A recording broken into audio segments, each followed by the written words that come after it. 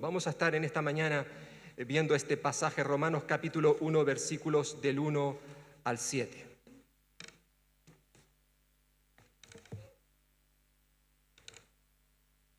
Romanos capítulo 1, versículo 1 dice: Pablo, siervo de Jesucristo, llamado a ser apóstol, apartado para el evangelio de Dios, que él había prometido antes por sus profetas en las santas escrituras, acerca de su Hijo, nuestro Señor Jesucristo, que era del linaje de David según la carne, que fue declarado Hijo de Dios con poder según el Espíritu de santidad, por la resurrección de entre los muertos, y por quien recibimos la gracia y el apostolado para la obediencia a la fe en todas las naciones por amor de su nombre, entre las cuales estáis también vosotros, llamados a ser de Jesucristo. A todos los que estáis en Roma, amados de Dios, llamados a ser santos, gracia y paz a vosotros de Dios nuestro Padre y del Señor Jesucristo. Yo creo que todos estaréis de acuerdo conmigo en que vivimos en un mundo donde continuamente, al menos a través de los medios de comunicación, se nos está informando continuamente, dándonos malas noticias. Es que no hay una noticia buena. Prácticamente cuando escuchas los telediarios, los noticieros, una y otra vez, ya no solamente lo que tiene o está relacionado con las guerras que hay en nuestro mundo, que hay muchísimas, aunque solamente se suele hablar de una, dos, máximo tres, pero hay muchas guerras en este planeta Tierra de las cuales no hablamos. Hoy en día hay mucha gente que se están matando unos a otros y algunos hasta lo ven gracioso. Y utilizan imágenes reales de cómo bombardean ciertos lugares y las mezclan con juegos, videojuegos, para hacerlo más divertido. Esto es lo que están haciendo algunos líderes de algunos gobiernos. O como veíamos hace unos días, no en el Congreso de los Diputados de nuestro país, para aplicarlo en otro lugar, ¿verdad? En el Congreso de los Diputados de otro país, donde estaban celebrando con champán porque habían aprobado la muerte, no para los ciudadanos de ese país, sino para otros que vienen de otros países y que no les caen bien. Y decidieron aplicar la pena de muerte y la gente lo celebraba. Hoy mucha gente se toma la muerte como algo para celebrar. Y la muerte es algo terrible. La muerte viene como consecuencia del pecado. La Biblia nos dice que la paga del pecado, lo que tú y yo nos merecemos por ser pecadores, es la muerte. Es algo terrible, horroroso. Bueno, a mí me gustaría hablar de una muerte en esta mañana que realmente no es horrorosa, más bien es maravillosa, porque esa muerte tenía como resultado la vida. No solamente la vida de aquel que había muerto, sino también la vida para ti y para mí. Una vida que no dura un tiempo limitado, sino que es una vida que dura para siempre. La Biblia hace referencia a esta vida como la vida eterna. La vida eterna. Y todo gracias por lo que ocurrió en aquel lugar llamado Gólgota, que significa lugar de la calavera. En aquel monte que nosotros le llamamos el Monte Calvario, porque en aquel lugar un hombre moría en una cruz. Era algo normal en aquella época. De hecho, este hombre no murió solo, habían dos que le acompañaban, también crucificados con él. Pero este hombre concretamente, el que estaba en medio de aquellos dos delincuentes, ese hombre era el creador de la vida, que estaba dando su vida para que tú y yo podamos tener vida y vida para siempre. Jesús moría en aquella cruz, pero su muerte significaba la vida para tanta gente. Y cuando Pablo, el apóstol, entendió esto, lo comprendió, decidió desde ese mismo instante en que él había sido transformado, cambiado, había recibido una nueva vida, y ahora dedicó esa vida para proclamar a ese Cristo que había sido crucificado, pero al tercer día había resucitado. Pablo seguía a un Jesús vivo y dedicó el resto de su vida, viajó miles de kilómetros por diferentes lugares para hablar acerca de este Jesús muerto en aquella cruz y resucitado al tercer día. Para él esto era buenas noticias, buenas noticias. La Biblia utiliza una palabra para hablar de las buenas noticias. Esa palabra es evangelio, el evangelio de Dios.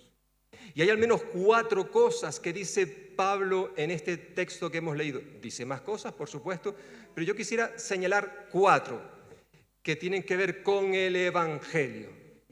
En primer lugar, dice Pablo en el versículo 1 que el evangelio se origina en Dios. Pablo, siervo de Jesucristo, llamado a ser apóstol, apartado para el evangelio de Dios. Es decir, Pablo, una vez que se ha identificado como un siervo, o lo mismo, podríamos decir, se había identificado como un esclavo, porque eso es lo que significa la palabra original en el griego, un esclavo. Era esclavo de Jesucristo. Con esto Pablo estaba diciendo que para él Jesucristo era su dueño, era su Señor. Pablo se consideraba propiedad de Jesús.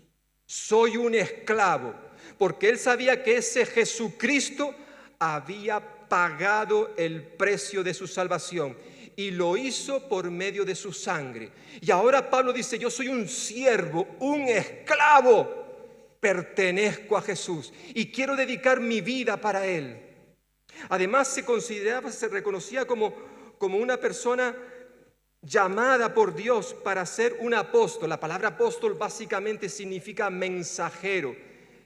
Desde el momento de su conversión, Pablo fue llevado a proclamar el mensaje de Dios. Había sido apartado, dice, ¿para qué? Para proclamar el evangelio, es decir, las buenas noticias, buenas nuevas de Dios. Porque hermanos y hermanas, amigos y amigas, las buenas noticias, el evangelio habla acerca de Dios. En otras palabras, cuando Pablo empieza a predicar, él no estaba compartiendo buenas noticias acerca de su propia persona o de otros apóstoles, no. Las buenas noticias tenían que ver con Dios. Él fue apartado, versículo 1, para el evangelio de Dios, el evangelio de Dios. Pablo no quería compartir, enseñar una nueva filosofía, traer una nueva religión al mundo, ni él ni los apóstoles, no. Él estaba apartado por Dios para anunciar el evangelio, las buenas noticias a un mundo que está perdido, sin rumbo, sin esperanza. Y Pablo sabía que el único que podía cambiar todo eso era Dios. Y por eso se dedicó a enseñar el evangelio, las buenas noticias acerca de Dios. Y esto es muy importante, esta frase, porque si el evangelio procede de Dios, entonces nadie, ni Pablo, ni los apóstoles, ni siquiera un ángel que venga del cielo, nadie tiene derecho a cambiarlo, a modificarlo, para agradar a los oyentes. Para no incomodar a nadie, yo cambio el mensaje. No se podía hacer. ¿Por qué? Porque el mensaje es de Dios. Son buenas noticias acerca de Dios. Y por tanto nadie tiene derecho a modificar dicho mensaje. Pablo estaba preocupado, un poco enfadado cuando escribió su carta a los Gálatas. Dice, estoy maravillado, dicho de otra forma, estoy asombrado de vosotros, oh Gálatas. ¿Por qué? Porque tan pronto os estáis dejando llevar por otros. Dice en Gálatas 1, 6, 9, me asombra que tan pronto estéis dejando vosotros a quien os llamó por gracia de Cristo, para pasaros a otro evangelio. No es que haya otro evangelio, sino que ciertos individuos están sembrando confusión entre vosotros y quieren tergiversar el evangelio de Cristo, modificarlo para adaptarlo a la conveniencia de la gente. Y Pablo dice, oye, si alguno de nosotros, dice, o un ángel del cielo os predica un evangelio distinto del que os hemos predicado, que esa persona, incluso ese ángel, caiga bajo maldición. Como ya lo hemos dicho, ahora lo repito, si alguien les anda predicando un evangelio distinto del que recibieron, que caiga bajo maldición. Esto es terrible, lo que está diciendo Pablo. Incluso se incluye él. Si yo soy capaz de deciros algo que va en contra del evangelio, de las buenas noticias que os hemos compartido acerca de Cristo, pues tenedme como una persona bajo maldición. Ni se os ocurra hacerme caso. Es triste, ¿verdad?, que eso ocurriera dentro de la iglesia de Galacia, como puede ocurrir hoy en día también entre nosotros. Hoy mucha gente está celebrando estos días lo que se conoce como Semana Santa, Semana de Pasión, donde recordamos esos últimos días de la vida terrenal de Jesús, cuando estuvo con nosotros hace algo más de 2000 años. Todo lo que gira en torno a su muerte antes y después. Pero obviamente muchas de las cosas que se están diciendo nada tienen que ver con la realidad, con lo que enseña la Biblia. Mucha gente lo que está haciendo en estos días es tergiversar, modificar, añadir al Evangelio de Dios algo que Él no había dicho. Y esto no lo podemos hacer. Si es su Evangelio, son las buenas noticias de Dios, nadie tiene derecho a cambiar esto. Tú y yo tenemos como misión predicar ese Evangelio, ese tal cual se nos ha dado. Por tanto, en primer lugar, Pablo nos está diciendo que el Evangelio se origina en Dios. En segundo lugar, Pablo nos recuerda que el Evangelio se fundamenta en las Escrituras. Versículo 2. Dice que ese Evangelio de Dios que Él ha prometido antes por sus profetas en las santas Escrituras.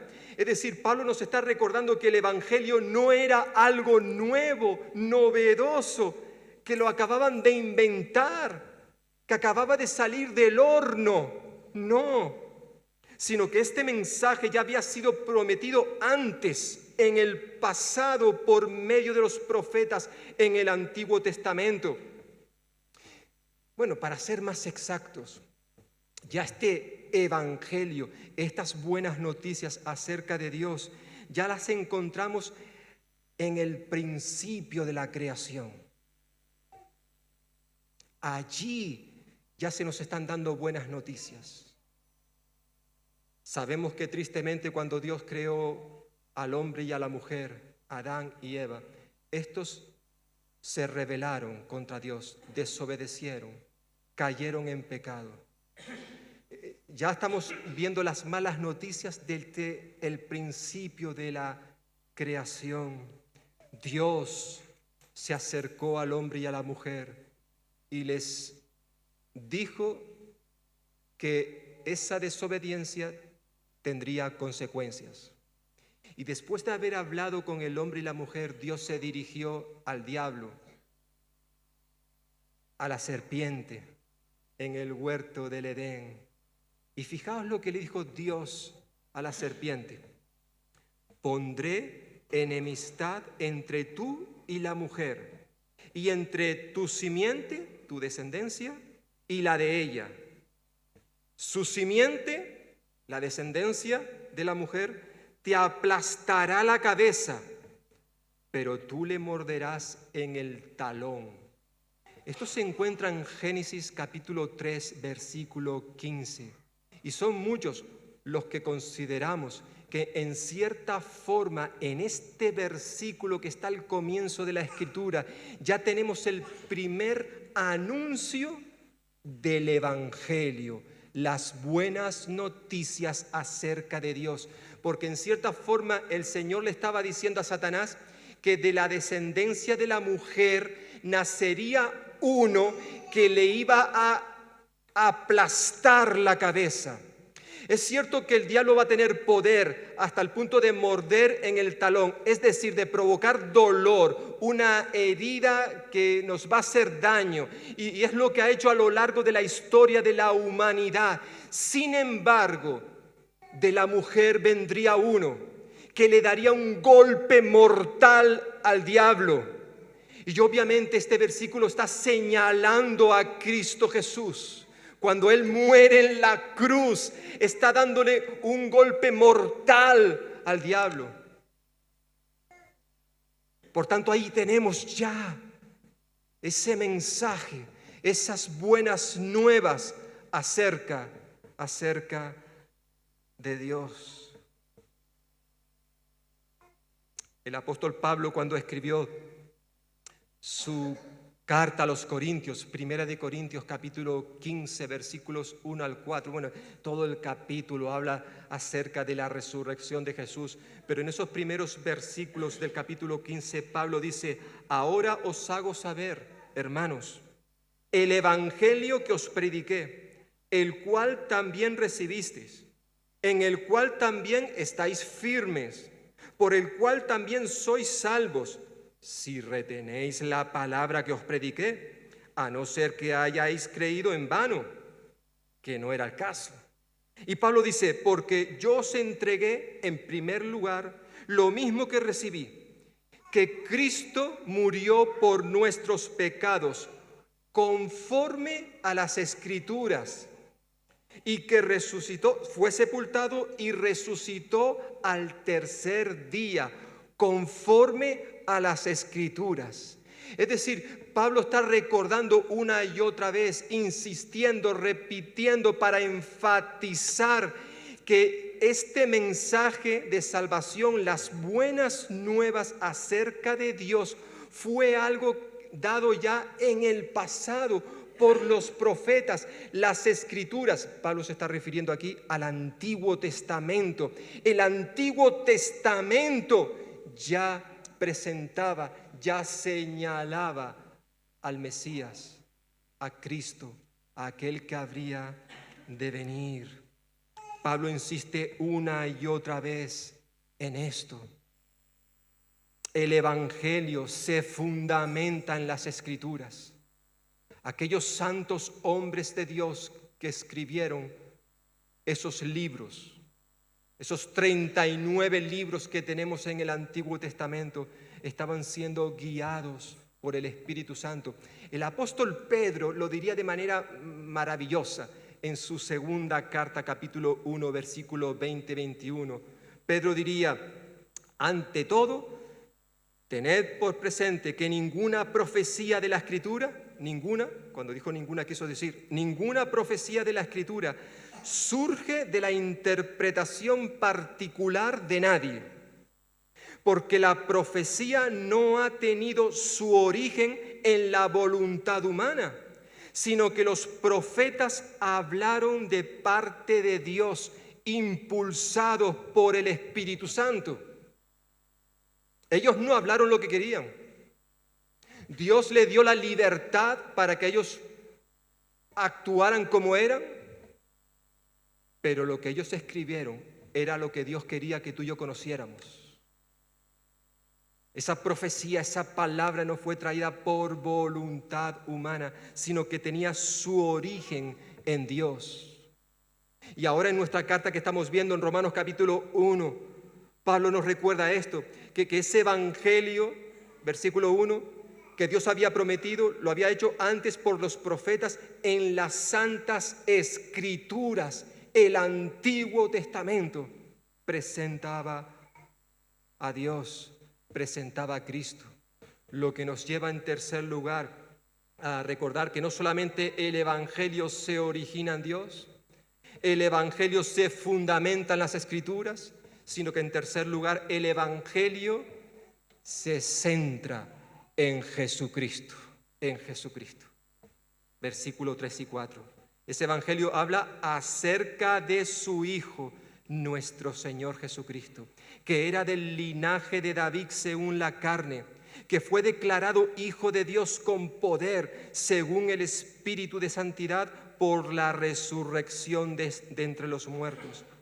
Aunque el Evangelio son buenas noticias de Dios, versículo 1, estas buenas noticias tratan acerca de Jesucristo, su Hijo, y su obra de redención en la cruz del Calvario. En cierta forma, Jesucristo es el tema central de toda la Biblia. Por eso muchas veces solemos escuchar que la Biblia es un libro cristocéntrico, es decir, tiene en el centro a Cristo y todo lo que dice la Biblia gira en torno a la persona de Jesús. Los 66 libros que forman la Biblia giran en torno a Él. El contenido, el mensaje de la Biblia es Jesucristo, Jesucristo. En una ocasión, aquellos escribas y fariseos que estaban continuamente viendo cómo atacar a Jesús, el Señor les decía: vosotros examináis, escudriñáis las Escrituras, porque pensáis que en ellas tenéis vida eterna. Y no estaban equivocados esta gente. La vida eterna estaba en esas Escrituras porque señalaban a Jesús.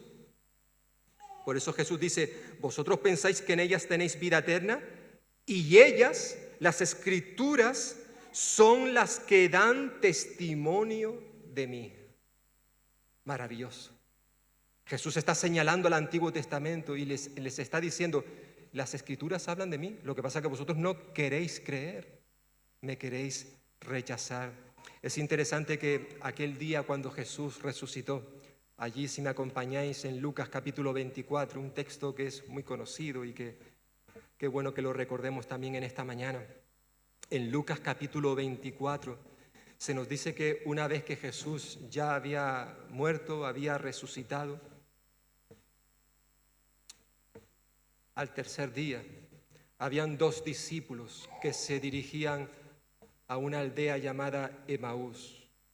Iban cabizbajos, tristes, dolidos por lo que había sucedido 3 días atrás, la muerte de Jesús en una cruz. Y de repente se acercó a estos 2 discípulos un hombre desconocido, aparentemente. Se acercó a ellos y allí en Lucas capítulo 24, versículo 17, este hombre les dice: ¿qué pláticas, qué conversaciones son estas que tenéis entre vosotros mientras camináis? ¿Y por qué estáis tristes? Entonces estos 2 discípulos empezaron a hablar con este desconocido. ¿Es que tú no te has enterado de lo que ha pasado en los últimos días acerca de Jesús? Nosotros esperábamos esto de Él y resulta que ha muerto en una cruz. Y después de que ellos expresaron su dolor por esos acontecimientos, entonces este hombre desconocido, que no era otro que Jesús resucitado, les dice, versículo 25: oh insensatos y tardos de corazón para creer todo lo que los profetas han dicho. ¿No era necesario que el Cristo padeciera estas cosas y que entrara en su gloria? Y fijaos, versículo 27. Y comenzó desde Moisés. Cuando habla de Moisés se refiere a los primeros 5 libros de la Biblia. Génesis, Éxodo, Levítico, Número y Deuteronomio. Libros que se supone que fueron escritos por Moisés. Dice que comenzando desde Moisés y siguiendo por todos los profetas, les declaraba en todas las escrituras lo que de él decían. En todas las escrituras. Y vuelve luego a decir, versículo 44, y les dijo: estas son las palabras que os hablé estando aún con vosotros, que era necesario que se cumpliese todo lo que está escrito de mí en la ley de Moisés, en los profetas y en los salmos. Con estas tres expresiones, los libros de Moisés, los profetas y los salmos, está haciendo referencia a todo el Antiguo Testamento. Jesús está diciendo, mirad, todo el Antiguo Testamento ya hablaba de estas cosas, ya hablaba de mí, de que era necesario mi muerte en una cruz y al tercer día resucitar. El Evangelio de Dios tiene como tema central la persona de Jesucristo. Este mensaje, dice versículo 3 y 4 que estamos de nuestro texto ahora de Romanos 1, lo leo en otra versión. Este es el mensaje que trata de su Hijo Jesucristo, nuestro Señor, quien nació como hombre de la descendencia de David, pero a partir de su resurrección fue constituido Hijo de Dios con plenos poderes. Cuando Pablo está haciendo referencia aquí que Jesús desciende de David, es uno de los títulos que se le da al Señor, Hijo de David. Por ejemplo, recordemos aquel ciego que cuando se enteró que Jesús pasaba cerca de él, empezó a gritar, a dejarse la voz diciendo: Hijo de David, ten misericordia de mí. Ese título, Hijo de David, era un título aplicado a Jesús para hacer referencia a su humanidad, porque ya los profetas habían declarado que el Mesías, el Cristo que habría de venir, vendría de la descendencia del rey David. Eso nos habla de su humanidad, pero también el texto nos habla y se menciona el título de Hijo de Dios. Y esto es un título que señala, hace referencia a su divinidad. Es decir, el que murió en una cruz y al tercer día resucitó, era completamente humano y completamente divino. John Stott, en su comentario a los Romanos, él diría: antes de la resurrección, Jesús era el Hijo de Dios en debilidad y humildad. Pero mediante la resurrección se transforma en el Hijo de Dios con poder. Pero a partir, dice el texto que estamos mirando, versículo 4, pero a partir de su resurrección fue constituido Hijo de Dios con plenos poderes. Obviamente Pablo no está diciendo aquí que Jesús se convirtió en Hijo de Dios después de la resurrección. No. Él ha sido el Hijo de Dios, o dicho de otra manera, Dios el Hijo desde siempre. Pero fue en el momento de la resurrección cuando, por así decirlo, quedó confirmado que todo lo que él había estado diciendo a lo largo de su ministerio terrenal, todo era verdad. Si él no hubiese resucitado, todo hubiese quedado en una falsa mentira. Bueno, todas las mentiras son falsas. No tendría ningún sentido. Sin embargo, cuando Jesús resucita, da por confirmado que realmente Él es el Hijo de Dios con poder. Antes de su muerte lo era, pero en debilidad, en humildad. Por eso Pablo, cuando escribe su carta a los Filipenses, él nos dice que tú y yo hemos de tener la misma actitud, el mismo sentir que tuvo Cristo Jesús, el cual siendo en forma de Dios, teniendo naturaleza divina, no quiso el ser igual a Dios como cosa a la que agarrarse, sino que se despojó a sí mismo. Él no dejó de ser Dios cuando se encarnó. Lo estuvimos viendo no hace mucho en 2 de Corintios capítulo 8, versículo 9. Dice Pablo a los Corintios: ya conocéis la gracia de nuestro Señor Jesucristo, que siendo rico se hizo pobre. Vale, está hablando de la encarnación, pero cuando se hizo pobre, cuando se encarnó, vino a este mundo, Él no dejó de ser rico. Siguió siendo rico, siguió siendo el Dios eterno, pero que se había despojado de muchos de sus derechos para hacerse uno como nosotros, porque era necesario.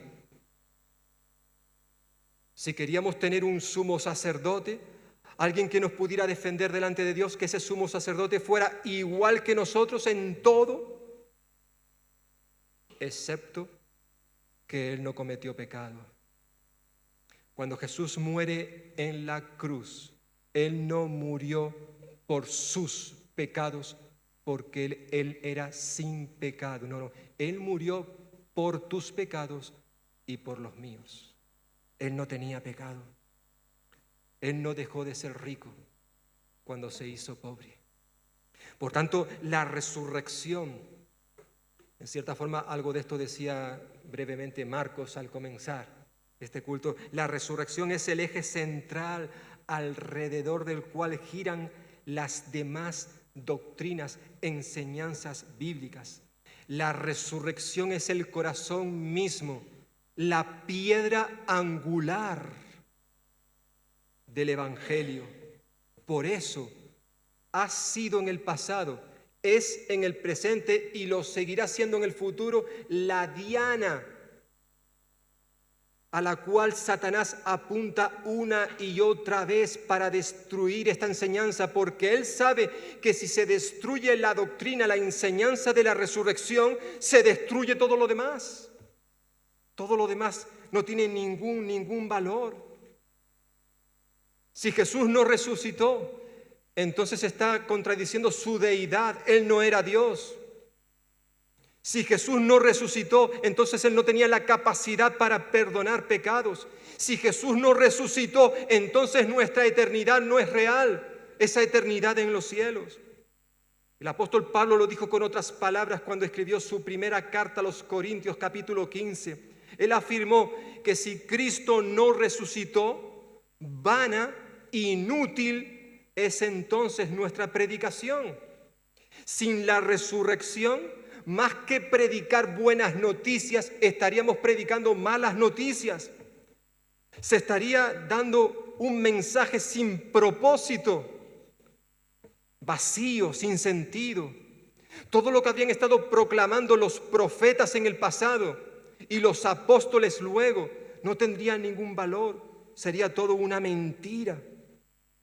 Más aún, Pablo sigue diciendo ahí en 1 Corintios 15 que si Cristo no resucitó, vuestra fe, la de los corintios, y la nuestra, vuestra fe es vana, sin valor. Aún estáis en vuestros pecados. 1 Corintios 15, 14 y 17. Dicho de otra manera, si Cristo no resucitó, entonces tú y yo estaríamos aún viviendo en nuestros delitos y pecados. Seríamos personas que no han sido todavía justificadas, declaradas justas. Es decir, estaríamos todavía bajo la ira de Dios si Cristo no hubiese resucitado. Si Él estuviese aún en el sepulcro, en aquella tumba, entonces seguiríamos sin respuesta para el problema principal del ser humano, que es el pecado. Pero Pablo se está dirigiendo a los corintios y él sabe que ellos, como Pablo, sabían a la perfección que Jesús había resucitado. Él se apareció a mucha gente después de haber resucitado. Hoy en día son muchos los que dicen que no, realmente todo eso es una mentira, que eso no ocurrió. Y pueden poner muchos argumentos, pero habían testigos que corroboraron que Jesús realmente había resucitado. Y porque había resucitado, entonces dice Pablo a los Corintios, que entonces vosotros habéis sido lavados, habéis sido santificados, habéis sido justificados, declarados justos en el nombre del Señor Jesús y por el Espíritu de nuestro Dios. Todo esto fue posible porque Jesús resucitó. Por tanto, el Evangelio dice Pablo que se origina en Dios en primer lugar. El Evangelio se fundamenta en las Escrituras, no es un mensaje novedoso, nuevo. El Evangelio se centra en Jesucristo. Él es el centro, el tema principal, central de toda la Biblia. Y si todo esto es verdad, en cuarto lugar, Pablo nos recuerda que el Evangelio se vive en fe y obediencia. Versículos 5 y 6. Y por quien recibimos, por medio de Jesucristo recibimos la gracia, el regalo de la salvación, el apostolado, la misión, la encomendación de anunciar este mensaje para la obediencia a la fe en todas las naciones por amor de su nombre. Pablo ya termina este texto declarando dos cosas más acerca del Evangelio. Por un lado, nos recuerda que el Evangelio es para todos. Jesús murió por los pecados de todo el mundo, de toda la humanidad, todas las naciones, dice aquí. Sin embargo, aunque Él murió por todo el mundo, cada persona debe recibir de manera personal e individual esta salvación por medio de su fe en Cristo. Él murió por todos, pero solo son salvos aquellos que creen en Jesús. Creen y le obedecen. Solo los que le reciben. El apóstol Juan lo diría con otras palabras en su Evangelio, Juan capítulo 1, versículo 11. Dice que Jesús vino a los suyos y los suyos no le recibieron. Versículo 12. Pero a todos los que le recibieron, a los que creen en su nombre, les dio la potestad, el privilegio de ser hechos hijos de Dios. No todo el mundo, no todo ser humano es hijo de Dios. Todos los seres humanos, como los que estamos aquí en esta mañana, todos somos criaturas de Dios. Hemos sido creados por Él. Pero hijos, hijas, son solamente aquellos que le han recibido en su corazón. Mas a todos los que le recibieron, a los que creen en su nombre, les dio el privilegio de ser hechos hijos de Dios. Dios ama al mundo, dirá Juan nuevamente, de tal manera que Dios el Padre ofreció a su único Hijo. ¿Para qué? Para que todo aquel que en Él cree no se pierda. ¿Y qué pasará entonces con aquellos que no creen? Pues que se perderán. Pero Dios envió a su Hijo para que todo aquel que en Él cree no se pierda, sino que tenga vida eterna. Y si yo no creo en Jesús, no tendré vida eterna. Más bien lo que tendré será una condenación eterna. Amigo y amiga, no te tomes a broma esto que dice la Escritura. Si tú no has creído en Jesús, si tú no le has recibido en tu corazón como tu Señor y tu Salvador, tú estás perdido. Estás condenado por toda la eternidad. No descanses, por favor, no descanses pensando que por venir a la iglesia evangélica, por mostrar cierta religiosidad en tu vida, por ser, según tú, una buena persona, todo eso, por muy importante que sea, no te salvará, sino más bien te condenará. Por tanto, hoy, en que celebramos, recordamos la resurrección de Jesús, hoy tú puedes recibir nueva vida si vienes a Cristo Jesús. Solo Él puede salvarte. Obviamente, creer en Jesús implica, requiere obedecerle. Pablo nos está recordando esto también. El Evangelio nos recuerda que Dios nos salvó con un propósito, ¿cuál? El que vivamos nuestra vida en obediencia y fe.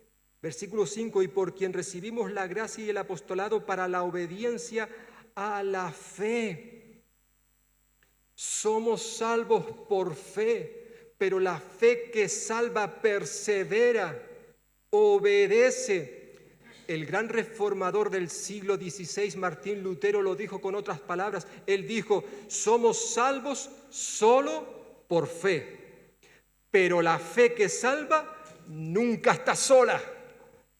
Va acompañada de nuestras obras, de obediencia a Dios. Mucha gente tiene fe, pero es una fe que no sirve para nada, para ser salvos. El apóstol Santiago lo dijo con otras palabras cuando él llegó incluso a decir, los demonios, los ángeles caídos que siguen al diablo, a Satanás, ellos creen en Dios. Claro que creen. ¿El diablo cree o no cree en Dios? Pues claro que cree, porque el diablo, no olvidemos que fue un ángel que estaba sirviendo a Dios en el cielo, pero una vez se rebeló, quiso ser igual a Dios, fue expulsado y con él otros ángeles. Y ellos conocieron a Dios, estuvieron un tiempo adorándole, alabándole. Claro que le conocen, pero que le conozcan, que crean que Dios existe, esto no les salva. Mucha gente hoy en día cree, tiene fe en Dios. Muchos de esos que están ahora mismo en las calles saliendo de procesiones, muchos creen en Dios. Y yo no dudo de esto. Pero obviamente esa creencia no les lleva a la obediencia. Como por ejemplo, a no tener ídolos en nuestras vidas. La idolatría es una forma de manifestar que realmente no tenemos a Dios en nuestra vida, que no le hemos conocido de una forma personal. Pablo nos recuerda que el Evangelio se origina en Dios. Por tanto, si el Evangelio es de Él, tú y yo no tenemos derecho a cambiarlo, modificarlo. El Evangelio se fundamenta en las Escrituras. No es algo nuevo que estemos recibiendo ahora, no. Ya estaba escrito, ya había sido dicho por los profetas en el pasado. Desde el principio de la creación ya escuchamos el Evangelio. Este Evangelio se centra en la persona de Jesucristo. Para ser salvos tenemos que serlo por medio, a través de Jesús, porque solo Él es el camino que nos lleva a Dios.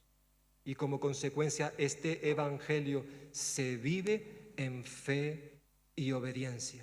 Este Evangelio nos transforma si le permitimos a Dios obrar en nosotros. Por eso, en este libro de Romanos capítulo 1, un poquito más adelante, versículo 16, Pablo declara, afirma con rotundidad que él no se avergonzaba de este Evangelio. ¿Por qué? Porque este Evangelio, dice Pablo, es poder de Dios para salvación a todo aquel que cree. Solo seremos salvos si creemos en un Jesús vivo.